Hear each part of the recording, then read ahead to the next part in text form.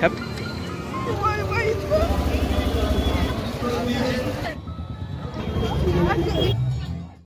Hello everyone, welcome back to my channel. তোমরা সবাই কেমন আছো? আশা করছি খুব ভালো আছো। আমিও খুব ভালো আছি, কারণ তোমাদের ভালোবাসায় আমার পরিবার 10,000 সাবস্ক্রাইবার কমপ্লিট করলো।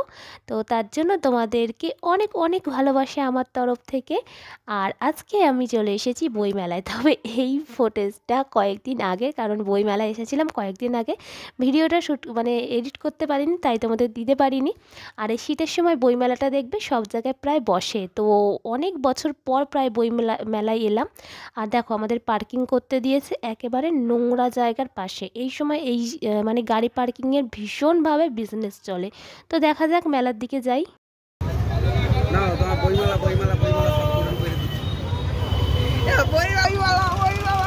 সব পূরণ করে দিচ্ছি। চলো চলো। কয়েক বছর ধরে সুবর্ণর কাছে বায়না করছিলাম বইমেলায় যাব যাব, কিন্তু সময় হয়ে ওর উঠছিল না, আমাকে নিয়েও যায়নি। এই বছর ফাইনালি সময় করে নিয়ে এসেছে। দেখি এখন টিকিট কাউন্টারে গিয়ে কত করে টিকিট। তো প্রথমে টিকিট না কাটলে ঢুকতে দেবে না, তো গিয়ে দেখছি যে 8 টাকা করে টিকিট। তো দুজনের 16 টাকা দিয়ে টিকিট কেটে নিয়ে আগে। আরে বইমেলা যাবে বলে টিকিট কাটার লাইনে দাঁড়িয়ে আছে রে।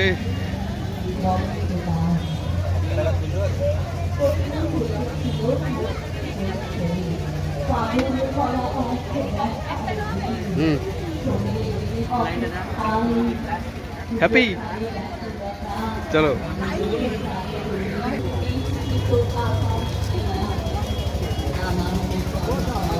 বইমেলা এসেছে, বইমেলা এসেছে। ওই ওই একটা সাইড থেকে দেখা শুরু করো।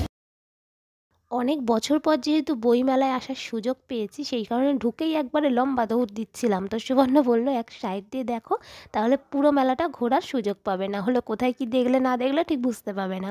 তো সেই কারণে এক সাইড ধরলাম। আর আমি এখন খুঁজছি আমার পছন্দের বই। আমি সাধারণত পছন্দ করি গল্পের বই, আর তার উপর বাংলা, কারণ বাংলাটাই খুব ভালো করে পড়তে পারি। সেই কারণে। আর এখানে পাশে সাংস্কৃতিক অনুষ্ঠান হচ্ছে, একটু তোমরাও শুনবে নাকি? শুনে নাও। পাশাপাশি এক অদেখা জীবন যাপন, নৌকার গলিতে পা ঝুলিয়ে বসার মতন প্রিয় আমি শুধু এদিক ওদিক ঘুরেই যাচ্ছি। খুব মজা আসছে, বুঝলে?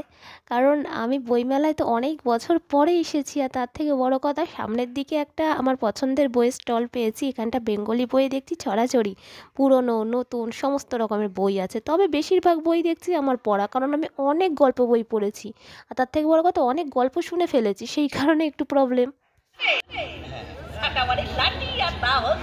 আমাদের বাঘার কোদের সঙ্গে লড়াই কাটার আসতো।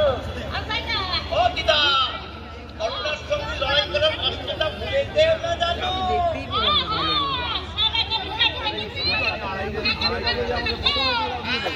কাছে দেখো, আমি 12টা আমিও রওনা দিই মেলার পথে।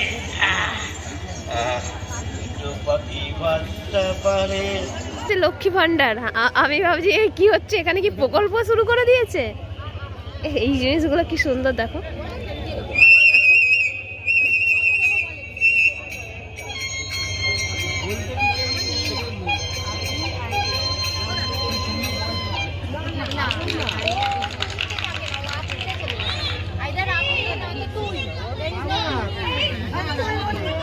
এই দোকানটায় দেখলাম হাতে করা কাজ খুব সুন্দর সুন্দর আছে, তার উপর বোতলগুলো এত সুন্দর ডিজাইন করে সাজিয়েছে। এইগুলো আসলেই কিসের বোতল সেটা তো তোমরা দেখেই বুঝতে পারছো, কিন্তু এতটা সুন্দর করে ডিজাইন করেছে, কলকাগুলো করেছে, মানে নিয়ে গিয়ে বাড়িতে সাজিয়ে রাখলে খুব সুন্দর লাগবে।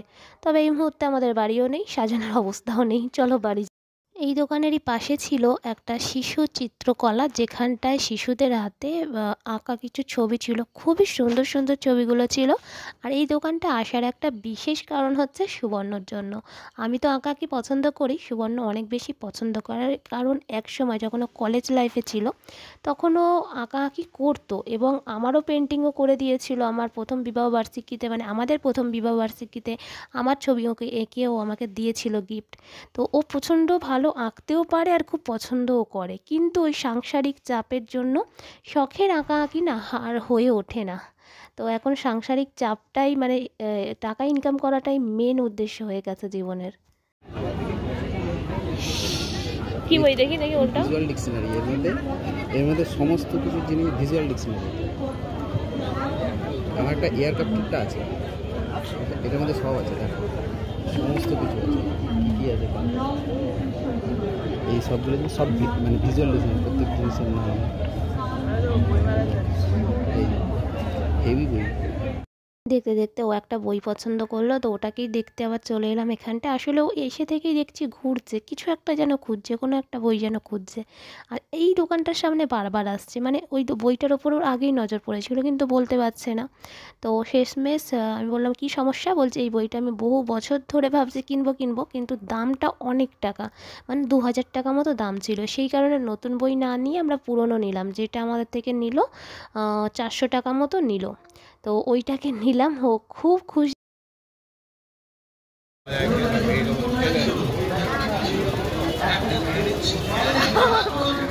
বইটা হয়তো নিয়ে দেখাবে।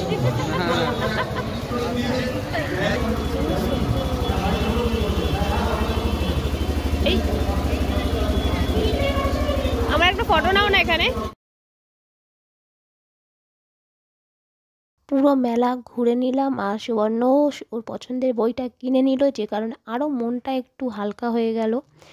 আর তারপরে আমরা বেরিয়ে পড়লাম বাড়ি যাওয়ার উদ্দেশ্যে। আর চন্দননগরের যে স্ট্যান্ড রোড, সেখান থেকেই এই মেলাটায় আসার জন্য খুবই সোজা রাস্তা এবং যাওয়ার জন্য সোজা রাস্তা।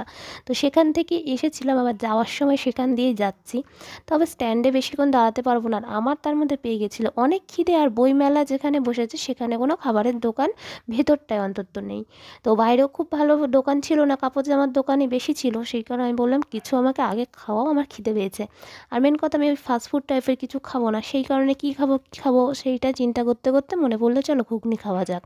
তো ঘুগনির দোকান খুঁজতে খুঁজতে ফুচকা যেখানে বিক্রি হয় সেখানে ঢুকে গিয়েছিলাম, কিন্তু সেখানে দেখছি একটাও ঘুগনির দোকান নেই। তারপর বাইরে এসে দেখলাম একটা কাকু ঘুগনি নিয়ে বসেছে একটা হাঁড়ির মধ্যে, খুবই পরিষ্কার পরিচ্ছন্ন দেখে। আরও সেখান দিয়ে ঘুগনি খেলাম। 10 টাকা করে প্লেট ছিল, কিন্তু অনেকটা করে দিয়েছিল, কারণ এই সময় দাঁড়িয়ে 10 টাকা প্লেট তো কিছু পাওয়াই যায় না। তাই অনেকটা দিয়েছে দেখে ভালোও লাগলো, আর টেস্টটাও অনেক সুন্দর ছিল। তো ওখান থেকে ঘুগনি খেলাম দুজন মিলে 10 টাকা করে, আর খুব ভালো করে বানিয়েছিল। তো তারপর আর কি, তারপর আমরা চলে গিয়েছিলাম বাড়িতে। আর এখানটায় দেখো চার্চটা এখনও পর্যন্ত সাজানো আছে, কারণ 25শে ডিসেম্বর সাজিয়েছিল। তারপর এই জানুয়ারি মাসটা প্রায় 15 দিন পর্যন্ত সাজানো থাকে, মানে 15 তারিখ 20 তারিখ পর্যন্ত চার্চটা এইরকমভাবেই সাজানো থাকে। আর দেখতেও খুব ভালো লাগে, কারণ এই সময়টা না যে যেখানে ঘুরতে আসুক চন্দননগরে এলে একবার হলো স্ট্যান্ডে আসে। তো চলো আমরা ঘুগনি খাই, আর দেখা হচ্ছে তোমাদের সাথে পরবর্তী ব্লগে। টাটা সবাইকে।